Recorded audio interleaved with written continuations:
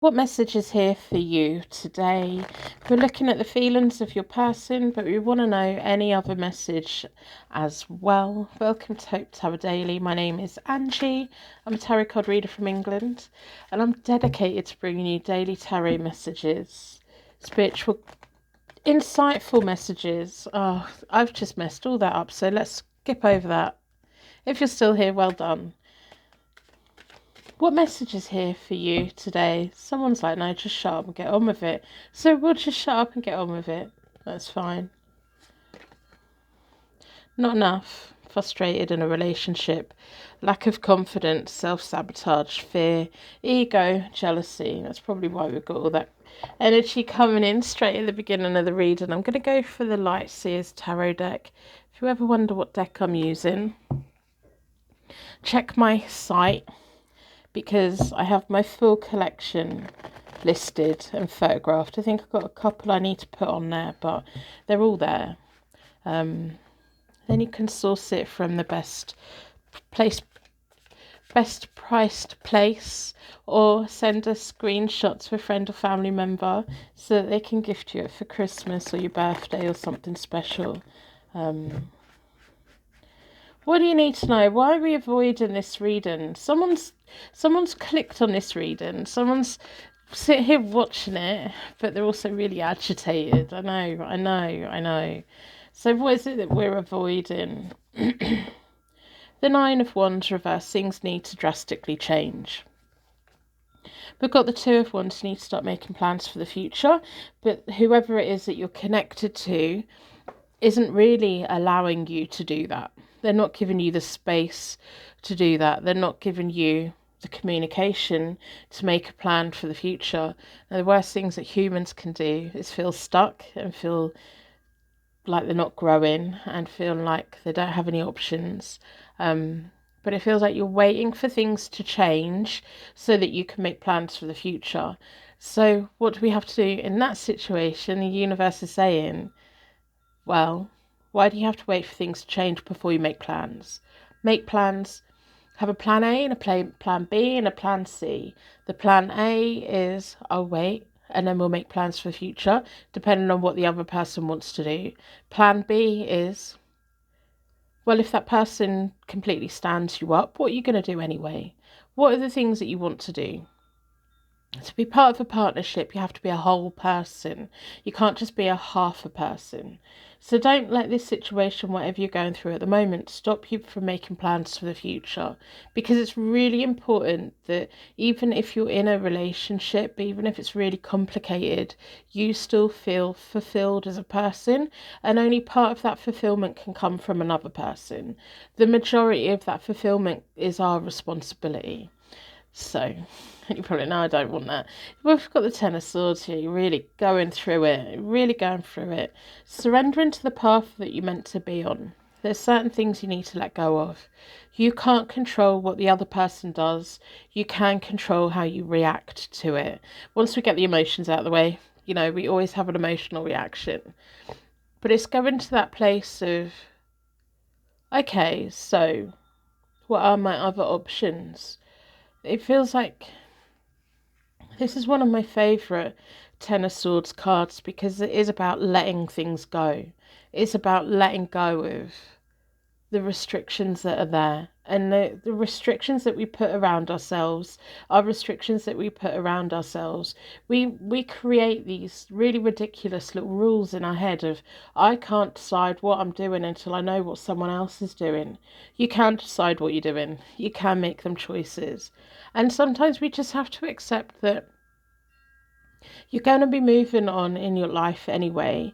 And it's up to that other person if they want to join you. It's not always up to us, is it? We have free will, but we can't force anyone else. The Judgment card is acceptance. Acceptance is such an important thing. Surrendering to the path that you're meant to be on. And the universe right now is making you feel really frustrated. The thing that's in my head is, I don't know if you've ever seen the little toy cars that when you pull it back, it cranks and cranks and cranks. Then you can't move it anymore. Then you let go of it and it shoots off. Sometimes that's what the universe does to us. It squeezes us and squeezes us and squeezes us with that Ten of Swords to the point that we can't do it anymore, to the point that we have to let go of it. Now, we can either willingly let go of it, even though it hurts, or the universe will force us to let go of it because we can't do it. It's like that tightening that coil.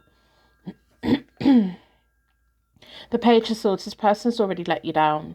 The reason why you're in such a pickle over this person is because they've already let you down. It feels like, I don't know if they were living with you or you were hoping to be living together, and everything's just been thrown up in the air. It feels like all the plans that you had in your head of where this was going, that's kind of all gone out of the window. And it's really hard, isn't it? When things change so much, what you're meant to do, how do you pick yourself back up again?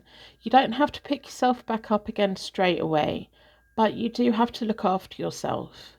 You do have to make yourself a priority, and you have to be a whole person. So that when two people come together, it's still two people, but they act as a team. The Page of Cups, that's what the main problem here is. They connect with that love that you've got for them. They come in and they make you promises. Now, the Page of Cups is awesome. It connects him with our inner crush, our inner feelings, our hormones, our music, our creativity. They make our heart flutter. They make us feel great. But then when they're not there and when they don't deliver on the promises that they make, we feel empty. We feel like, oh my goodness, what have I done wrong? Why doesn't this person want me anymore? And it's not that they don't want you anymore. It's that sometimes people get stuck in the Page of Cups in life.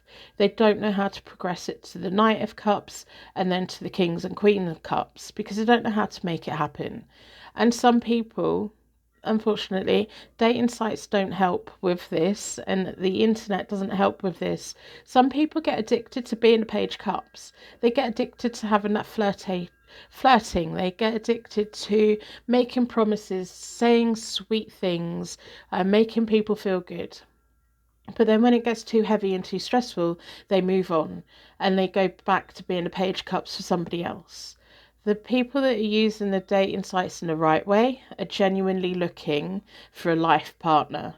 They're not just looking for someone to say hello to in the morning and say goodnight to at night. This is what the problem is with this connection. They're the Page of Cups for you. So it doesn't matter how many times they hurt you. When they come back in again and start being the Page of Cups for you, you can't help but get swept up in it. But they let you down. They've let you down. And it feels like they've let you down too many times. So, I'm going to pull an oracle card. What do the oracles want you to know for you moving forward? How do you come out of this? How do you move forward from this?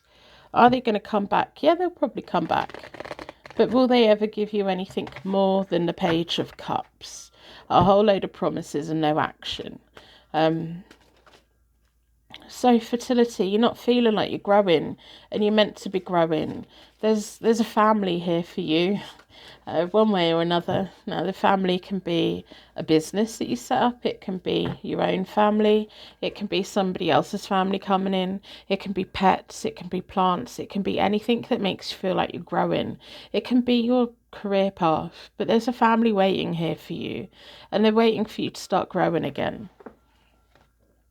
Facing the truth of the situation is really, really hard. It is so hard. Then we have to cry it out. But with that level of acceptance, that gives us the freedom. Once we accept a situation for what it is, we have the freedom to move forward. And then we have the freedom of, if this little Page of Cups come knocking again, are you going to give them the time of the day? Or are you going to be looking for somebody who wants a serious connection?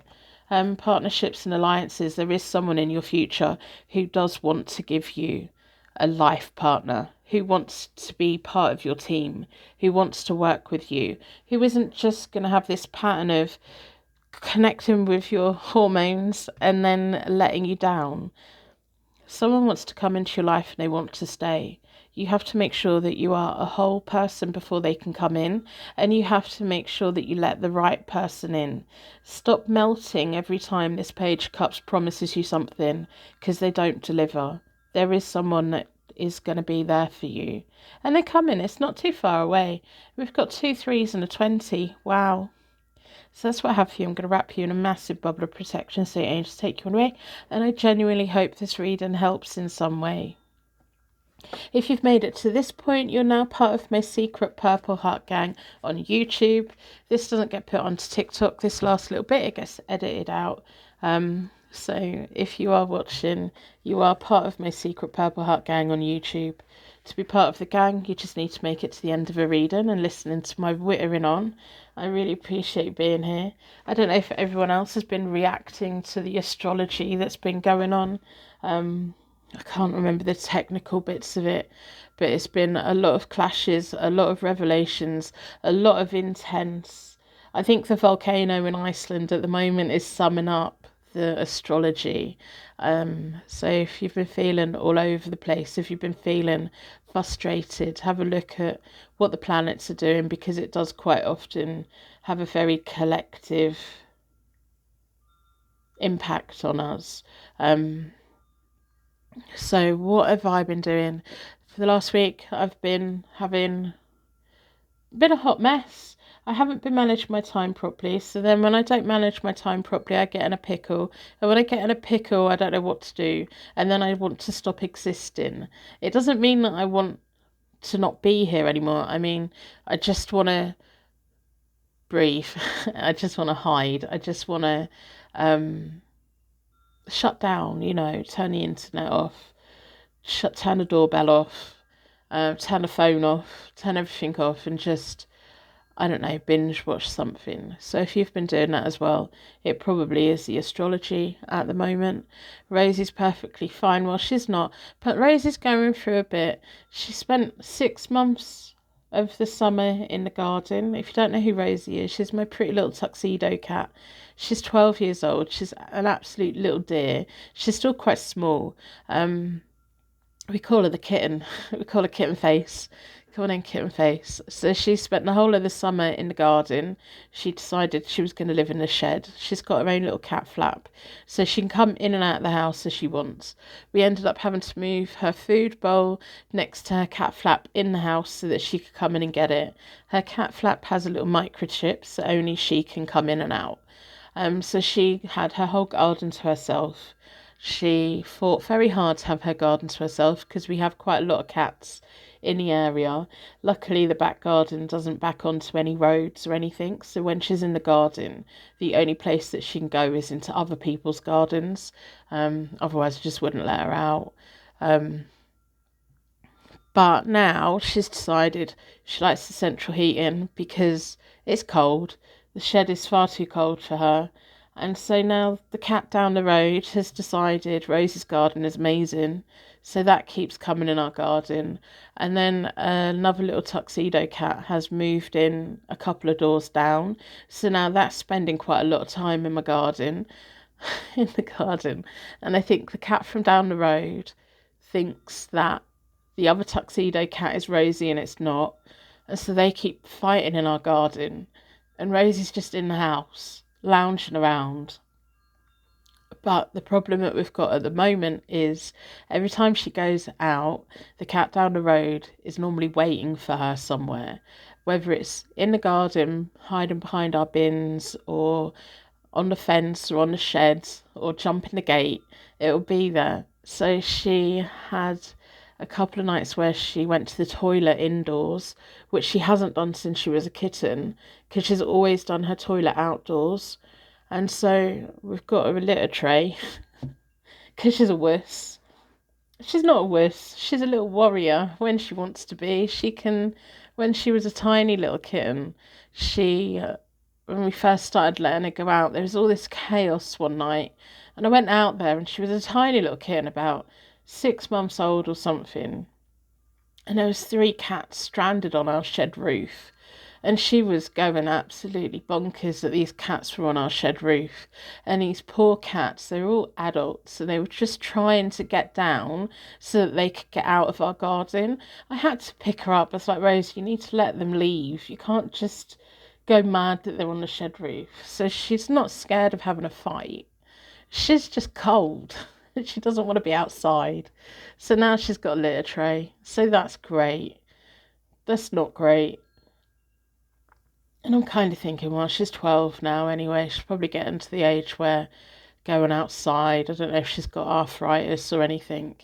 It seems to be when she comes upstairs, she has to have a very good reason to go back downstairs again. And she's now, you walk up the stairs with her and she'll have a rest rather than beating me up the stairs. And she does that cat thing of laying out on a stair right in front of me. So that's what we've been doing with Rosie. She's fine. I love her to pieces. I just want her to be okay. And I'm trying to cat-proof our garden to stop the one from down the road jumping over the gate. So I'm going to fix that. I don't know what I'm going to do, but if you're part of my secret Purple Heart gang, which means you're listening to this bit, I have a sale on my website until Sunday. It's that time of year where people just don't have much money. So I was just thinking, well, I'll just put a sale on for a week. Normally I do a flash sale. I put it up for a few hours and then take it down again. But this one is until Sunday. If you're a regular, or if you're hearing this, this isn't advertised on my website or anything. But if you want to book one of my cheap readings and you want to delay the reading for a later date, you're more than welcome to do that. If you'd like to book a couple of them and then say you'd like one of them in December and then one of them in January, I'm more than happy for you to do that. I know money's tight at this time of year, and ideally our energies match and you get enough from my free public readings, ideally. But I offer that service, and yeah, that's there. So, and that won't be advertised anywhere else that people can do that. Yeah, so I hope that you're doing well. I can't wait for the astrology to shift. I haven't looked at it, so I'm not sure when it is shifting, but I'm really feeling it. And if you're really feeling it, we'll come out of the other side of it. I'll drag us all back out again. We just sometimes need to reset a bit, don't we? I try not to overbook my diary. If I overbook my diary, I then get in a muddle, and then I get in a pickle, and then I have no energy. So I kind of avoid burnout by having a very small window in my diary each day of when I will read for private clients. When they sell out, they sell out. And I keep that in place. But when my energy just completely goes, I don't know if you're a light worker or a tarot reader. I know some of you do read tarot for people and read tarot for yourself. When you're not feeling it, you can't read it, and it's really hard. So you have to do things to conserve your energy, like eating well, sleeping well, managing your time well, being realistic about if you do voice readings, how many hours a day that you can actually speak for before your voice goes. Mine is 3 hours. I can talk for 3 hours, have a break, and then talk for maybe another one or two. And that includes private readings and content as well, the free readings that I put out. So if you're thinking about doing readings for people, bear that in mind. If you are thinking about, if you've been reading for yourself for quite a while and you're thinking, I would like to read for somebody else, what I first started doing online was I couldn't work out how to read for people around the world. So the first thing I done was I'd done the tarot spread, took a photo of the spread, and then done a written, typed up email of the spread. And that works really well. But it's very time consuming to do it that way. It takes like 3 times longer, but it gives you that. If you're not a quick reader, if you're not confident in it, it gives you time to just double check things as well and to have a look at it from all angles. There's The first place I ever listed a reading was on Etsy, because I already sold art on Etsy, so I knew how that worked. And then I was selling on eBay for quite a long time, and then I got the money together to get my own website. But it slowly built up. I mean, for a long, long time, my online business in 2017, I was doing 3 card pulls for like 79 pence. My face-to-face readings with private clients within my area, they were what they're priced now, but just to get that, learning how the selling platforms work, finding a new way of reading for people. Once you get comfortable in it, then you can creep up. But yeah, if you are thinking, I think there's a message here today for somebody who's really made it to this point. If you read for yourself and you've been thinking, I want to read for other people, do it. Find your way that works for you. You don't have to be live. You don't even have to talk on camera. You don't have to do all of the things that, I do. You don't have to do anything that I do. You can find your own way of doing it. I would advise you, don't read for close friends and don't read for close family members, because we have a natural bias. When we have a best friend or someone that we know quite well, when we read for them, we kind of naturally pull it towards what we know about them. And so it can very much bias a reading. What you have to remember is we only know a certain percentage of somebody's life. People have a secret life and people have things going on that we don't know about. So I always read for people who maybe is an acquaintance of a friend that I don't really know anything about, and people that I just don't know, and regular clients who I've got to know over the years. I've had some of my regular clients for so long now. It's just amazing. My tarot deck changed my life, and I know my tarot reading has helped guide other people. One of my clients years ago, quite a few years ago now, she was on dating sites, and she kept kind of getting attached to people, and we were doing readings like what are the energies with this person, how do you feel, and everything. And she was kind of getting to the point of wanting to give up on dating, and then this guy suddenly just popped up, and he'd kind of popped up in one of her readings. I was like, no, this is not the one, but there's someone coming. And then this guy come in, and she's like, oh, I'm not sure about him. I'm not sure about him. We kept doing readings about him, and all the readings were very positive towards him. But she was like, oh, I'm not sure. I didn't hear from her for a while, because when you're a private reader, you'll have clients that they'll get a crossroads in life, and you'll hear from them quite regularly, like once a week, once a month, and then all of a sudden you don't hear from them, and it's because they've got through the crossroads. So then a year after I'd last read for her about this new guy, she emailed me and she said, we're engaged, we're planning a family, we're getting married next year. And I was just like, oh my God, that's so amazing. That's just so amazing. And it was very much the tarot that was pointing out that this was quite a nice relationship, or could be, and she gave it a go. And I just, and I know there's other clients that I've had who've had a positive experience. You have clients who have negative experiences, but I think sometimes people come in with, this is what I want to be told. I don't want to hear anything else. When you come for a reading or you read for yourself, you have to be open. It's why it's very hard to read for yourself, because you have to be open. You have to open up to what the tarot is saying rather than what you want it to say, because we want it to confirm how we really feel. But no, the tarot says what the tarot says. So I've whittled on enough. If you are thinking about reading for other people, just go for it. Find the way that suits you. Find a way. I believe that the universe uses the internet to bring us together.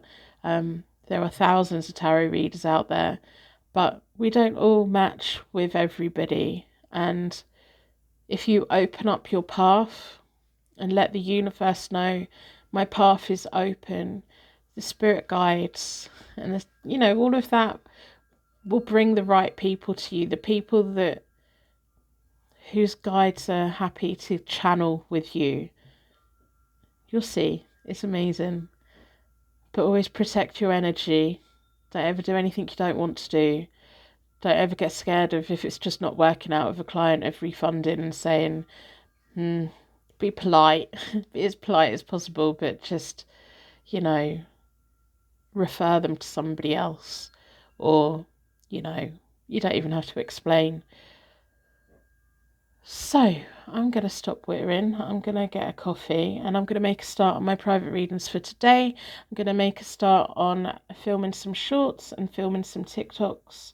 And I hope whatever you do, I hope you are doing fine. I hope your fur babies are doing fine. And I will do a fur baby reading. I've just got to figure it out. I've got to figure out if you're on board with a fur baby public reading. Let me know what questions you'd like. They can be your rainbow fur babies who have passed, or they can be your fur babies now if you really want to know what they're thinking. I know what Rosie thinks all the time. Don't need anyone to tell me. Oh, she's just such a diva, honestly. I will see you soon.